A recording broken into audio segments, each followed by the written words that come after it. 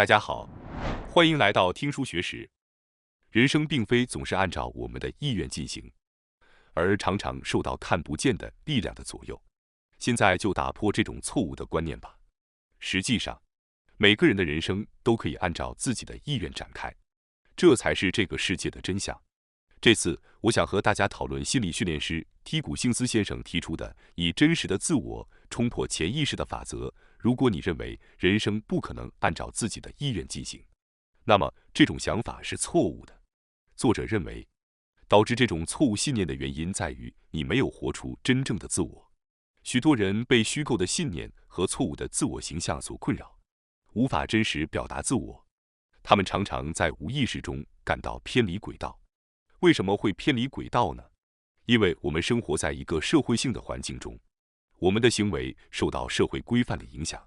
在社会中生活的自我和真正的自我往往不一致，这种情况经常发生。如果不纠正这种偏离，将会导致各种各样的心理困扰。人类本来具备按照自己意愿塑造人生的潜力，但许多人并没有意识到这一点，或者已经忘记了。由于远离真正的自我，他们无意间创造了难以生存、不如意的生活模式，无法按照自己的意愿塑造人生。作者指出，这样的人现在非常普遍。一旦意识到为了社会形象而创造的虚假自我，就应该毫不犹豫地抛弃它，开始展现真正的自我。这样一来，人际关系和事业都会开始顺利发展，也能够感受到更多生活的乐趣。现在我们将深入探讨这本看起来非常有趣的书籍，一起来剖析其中的内容吧。今天我们将重点讨论以下内容。第一部分将介绍一种能够让你焕然一新的命运好转方法。第二部分将介绍即使面对负面情绪，也能让人生变得更加顺畅的方法。最后，在第三部分中，我将讲解如何解除束缚，释放自己的潜能。让我们开始吧。接下来，让我们先从能让你看到全新自我的命运转变方法开始解说。作为心理训练师，作者曾服务过7万名客户。他现在表示，越来越多的人感到生活不再是快乐的事情，而是成了一种负担。他指出，很多人缺乏明确的生活目标，只是机械地过着义务性生活，这会引发各种生活问题。有些人认为人生无法按照自己的意愿进行，或感到自己被某种看不见的力量所操纵。这些想法让人感到疲惫不堪。据讲师透露，这些人往往被错误的信念所困扰。相反的，当人们有明确的生活目标时，生命力会被激活并增强。积极主动的生活会增强生命力，但只追求义务感或生存欲望的生活方式会削弱人的免疫力和生命力。虽然逆向思考的概念很有名，但只有当大家意识到事物之间的相互关系时，大脑才会同时强烈意识到相反的两种情况。比如说，当你渴望金钱时，大脑会将没有金钱和对金钱的不安转化为现实，并且追求生存的安宁和安全感时，大脑会保留痛苦的记忆。我们意识到死亡是因为我们渴望生存下去，因此大脑会先收集现实中关于死亡的信息来建立相关的记忆。这种想法会导致大脑攻击自身，引发疾病的发生，或者不经意地发生事故，也可能过度关注自然灾害、名人去世等令人震惊的新闻。总之，大脑倾向于收集那些控制和引导负面记忆的信息。当我们执着地追求生存时，往往会过度关注负面事物，这实际上会导致一个非常不利的恶性循环。作为生命体，我们无法逃避生命的限制，每个人都在朝着简单的活着这个目标稳步前进。想象一下，当你预期工作结束后会遇到不愉快的事情时，工作时的心情会变得沉重。但是如果你像期待一天结束后有愉快、美好的事情在等待一样，工作时的心情就会轻松许多，工作效率也会提高。生活也是如此，如果将生活视为负面的话，不愉快的事情就会接踵而来。这种心态会使生活本身变得痛苦，并阻碍我们充分享受当下的时刻。即使努力工作，却感到无法发挥自己的能量，因为被不断的琐事、烦恼和疲劳感所困扰。如果将生活本身作为目标，就容易陷入这种意外的陷阱中。你的生命非常宝贵，但如果你想要让生活按照自己的意愿发展，想要充分发挥自己的潜力，那么请考虑将生命视为实现生活目标的工具。你活着的目的是什么？你想要用自己的生命去做什么？你内心拥有无限的可能性，解开潜意识的限制，充分发挥潜力，并改变生活。按照自己的意愿发展的关键在于明确你的生活目标。你想成为怎样的人？作者在实际的咨询中向客户提出这样的问题。即使在新型冠状病毒肆虐的时候，你也能够找到最大的喜悦是什么？也许你会感到有些惊讶，但这个问题是为了让你思考。你是否认为最好的情况就是没有灾难或疾病发生？这是实情。但如果要说到极端的话，事物本身并没有负面或正面之分，只有事件的发生。你是否了解阴阳太极图？它就像黑白交织的勾玉一样。这个图案代表了东方哲学中的平衡理念，展示了万物的平衡状态。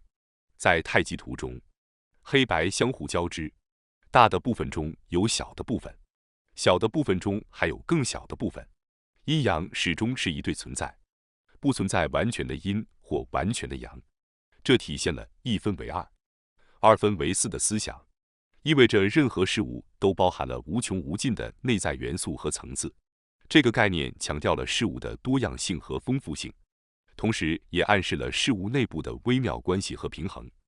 它们在互相转换中保持着阴阳的平衡，阴势必转阳，阳势必转阴。人类和事件也必须保持阴阳的平衡，否则会导致偏向一方，引发不好的事。接下来，我们可以以新冠疫情为例继续讨论。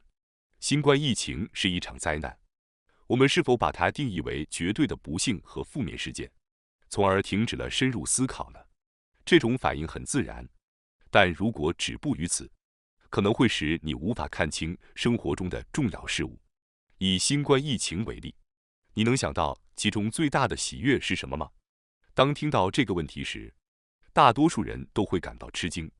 但根据作者的经验，那些能够回答这个问题的人，往往是在疫情影响下生活发生了180度转变的人。即使曾经感到绝望，他们也开始逐渐朝着积极的方向发展。他们的想象力和行动力都会得到提升。他们开始产生“我能做到这件事吗？”或者还有其他我可以做的事情吗？这样富有创意和有趣的想法不断涌现。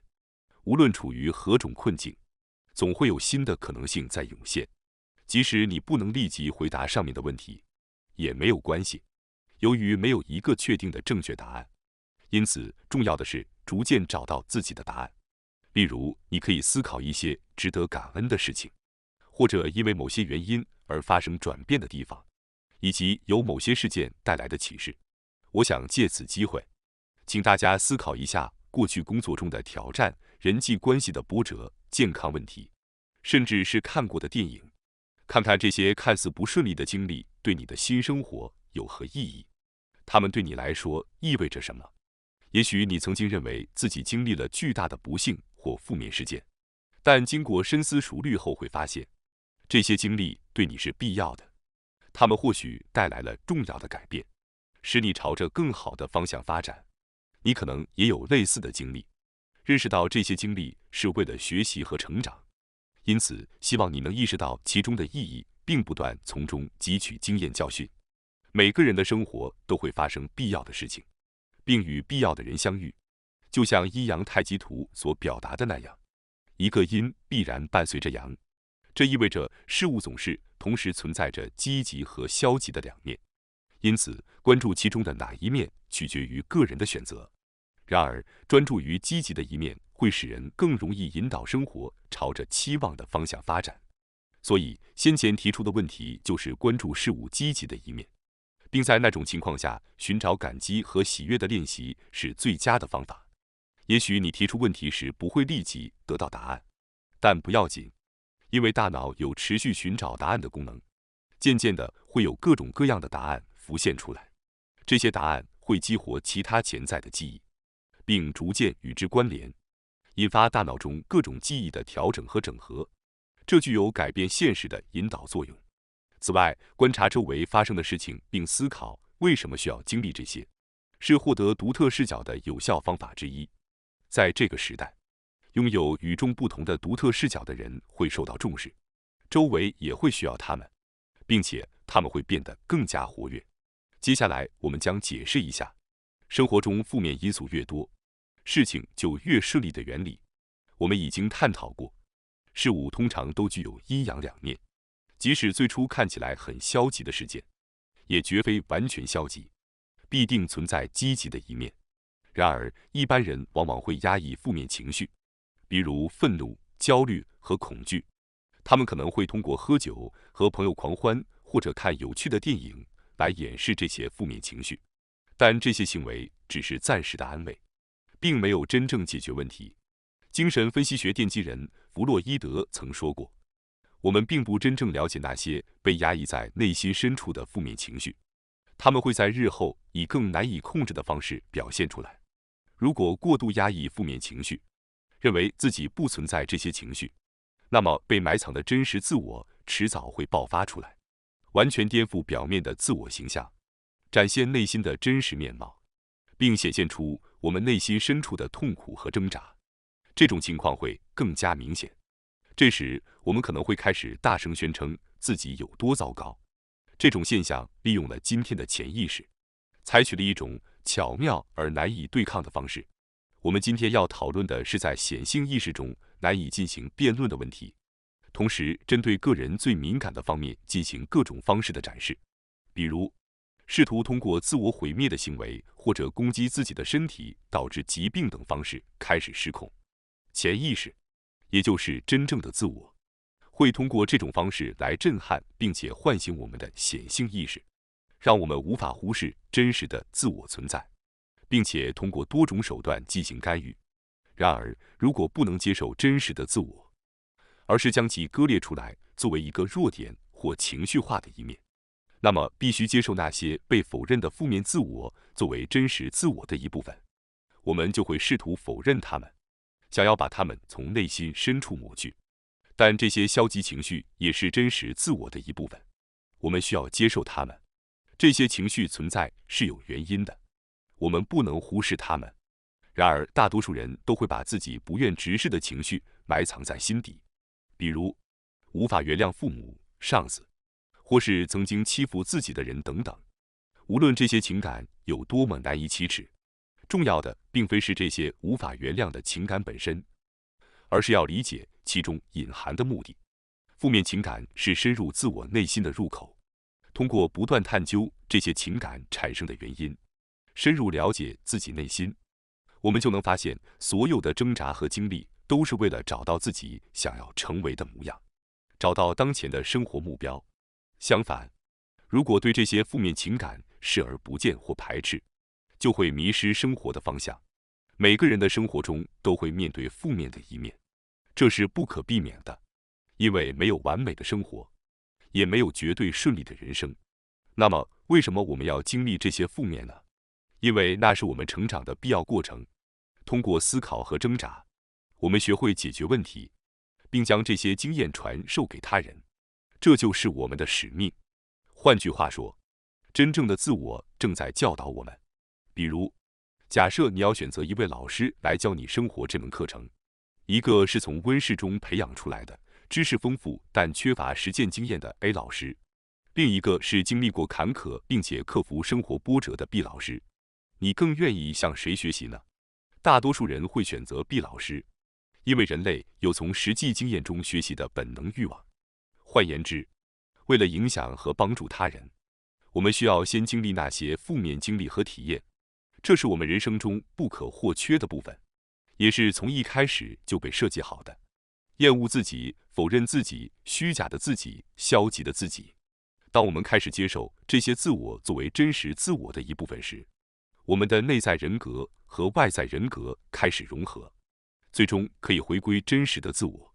人们往往会回避这一过程，但这是我们成长的必要部分。人们常常避免谈论的消极情绪中，孤独感、自卑感和无价值感是典型代表，但实际上，这些情感是不可或缺的。让我们更具体地探讨一下这些情感。首先，我们从孤独感开始。为了拥有自由，孤独是绝对必要的。当我们想要独处时，能从孤独中获得乐趣和快乐；当我们想要与他人相处时，便能享受到与他人在一起的愉悦体验。换句话说，这是一种可供选择的状态。孤独乃是最自由、最强大的状态之一。接下来，我们来探讨一下自卑感。许多人将自卑感视为责备自己的依据，认为自己不够好。然而，这是对自卑感的错误理解。实际上，自卑感是有其存在必要性的，因为它能帮助我们发现比自己更优秀的人，这才是正确运用自卑感的方式。举个例子，假设你参加了某个学习班，并且根据成绩坐在第一排，这时许多人会感到失落和沮丧。但作者使用自卑感的方式是这样的：他会想象前排坐着比自己更优秀的老师们，将每个老师想象成一个大型玩偶，然后他会想象自己进入这个玩偶内部，探索这位老师与学生互动的方式，他们的思维模式和价值观是如何的。最后，他会思考这些问题，并吸收其中的价值观和思维方式，融入到自己的生活中。换句话说，他会全方位地吸收优秀人士的价值观和思维方式。吸收完毕后，我会表达建议并离开玩偶，然后立即询问旁边的老师，将此作为学习材料。这样一来，我可以利用许多人的经验。自卑感的存在是为了让你意识到，你也可以像他们一样行动。这就是自卑感存在的原因。我们希望你能意识到某些事情，这也是我们存在的目的。让我们善用自卑感。接下来，让我们来解释一下无价值感。无价值感对于培养自我价值感是至关重要的。只有通过这样做，你才能说自己是有价值的，你所追求的目标也是有价值的。因此，为了发现自己的价值，无价值感是必不可少的。普通人会将他人的评价和社会的价值观放入自己的内心中，但是如果一直这样做下去，这些价值观并不代表你真正的价值，这会让你觉得自己毫无价值。此外，过去的记忆会粘附在我们身上，使得情况更加复杂。因此，我们需要彻底放下这些记忆，让内心变得空灵。这样一来，我们才能意识到自己的价值，并通过填充自己的内心，将生活中赋予我们的角色、个人意愿和未来期许注入其中。这决定了我们的个性和定位。当我们这样做时，周围的评价也会发生变化，现实也会不断改变。接下来，我想简要总结一下这两个比较复杂的内容。首先，每个人的生命都会有不可或缺的缺失部分，即消极的一面。这些缺失部分的存在是为了对自己和他人有所注意，并且实现这些目标，就是我们的角色和真实自我的体现。第二点是消极情绪和不愿面对的感情之所以存在，是因为它们有其必要性。通过不再忽视这些感情，而是将其视为真正自我的一部分，人们才能重新找回真实的自我。第三点是孤独感、自卑感和无价值感通常被人们视为消极情绪，但实际上它们是通向更真实、更美好人生的必经之路。接下来，我想解释一下最后三点内容，即如何解放自己，摆脱束缚。人们通常希望变得幸福，财富滚滚而来，但这只是表面的期待，并不能吸引这些东西来到你身边。要吸引爱和幸福，为了让爱和幸福来选择你，你需要强有力的理由。这就像背负着一个广告牌生活，你展示了这个广告牌，世界对此做出反应并创造现实。举个例子，假设有 A 公司和 B 公司的两位经营者，想要为社会做贡献，或者想要让所有员工过上富裕的生活。这两者都是表面上看起来像是经营者会说的漂亮话语，比如我是一个优秀的社长，我想要让员工的评价很高，或者我想要大家一起努力，一起过上更富足的生活。然而实际上，背后隐藏的心态决定了他们真正的看板。你们需要为了我的私利和私欲而努力工作，虽然表面听起来很有诚意，但实际上可能会让员工感到自己的内心被出卖。这就是 A 公司社长的看板。另一方面， B 公司的社长可能会说，因为我想要创造一个有趣的世界，你们愿意一起努力吗？如果这就是内心真实的想法，那就是 B 公司的真实看板。那么你会选择在 A 公司还是 B 公司工作呢？你会被哪个看板吸引呢？对于 A 公司的社长，你可能会觉得他只顾自己的利益，不愿意为这样的人奋斗；而对于 B 公司的社长，你可能会认为他是一个希望创造有趣世界的人。无论是对人、金钱、信息还是现实，都是如此。如果一个人只关注自身的私利私欲，你可能不会为他努力。因此，财富、爱情和幸福会选择那些有强烈理念的人。我相信，确定做某件事需要热情、爱、感恩、幸福、金钱、经验和物质等诸多因素，而是否能够成功实现，并不是最重要的。因为这个世界最终会选择意志坚定、毅力强大的人。一旦决定了要做某件事，就要坚定不移，不轻易动摇。这种坚定的意志会驱使现实环境逐渐适应自己，而不是被环境所左右，而是主动控制环境。因此，我认为明确为了某个目标而努力是至关重要的。另外，无论做什么事情，每个人都有自己应该遵循和不应该违反的行为准则。当违背这些准则时，就会产生负面情绪。我希望你记住一件事情，那就是放下内心的应该如何标准后，你的目标实现速度会加快。这点非常重要，请务必记住。我想通过作者的经历来说明这一点。最初，作者是为企业开展培训工作的，但后来逐渐开始了面向普通人的研讨会。起初只有他的朋友和熟人参加他的研讨会，最多也只有8个人。为了吸引更多的人，他努力设计更有趣的项目，并在 Facebook 上创建活动页面进行招募，但仍然只有8人参加了。虽然设计了非常精彩的课题项目，但为什么没有人参加呢？作者开始感到越来越恼火。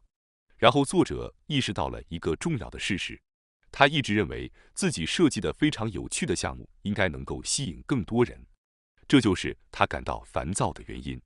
为什么自己会如此烦躁呢？因为他的内心标准与实际情况不符。在这个时候，作者开始反思自己的想法，那种应该吸引更多人的标准真的对自己有意义吗？试着放下这个标准，看看现实会怎样发展。于是，作者试着对自己说：“我的研讨会应该吸引更多人。”作者发现自己一直套用这种标准，于是他开始承认这种错误的标准，并原谅了自己。这就是作者经常进行的工作，以此宣告结束，将过去的信念留在过去。这种结束的工作可以帮助自己摆脱错误的自我形象和信念，与当前的自我进行分离，是一个非常便捷的方法。经过这样的改变后，作者重新设定了新的标准。他不再强调人们应该参加他的研讨会，而是转而期待那些真正想参加的人自发的前来。那么你认为结果会如何呢？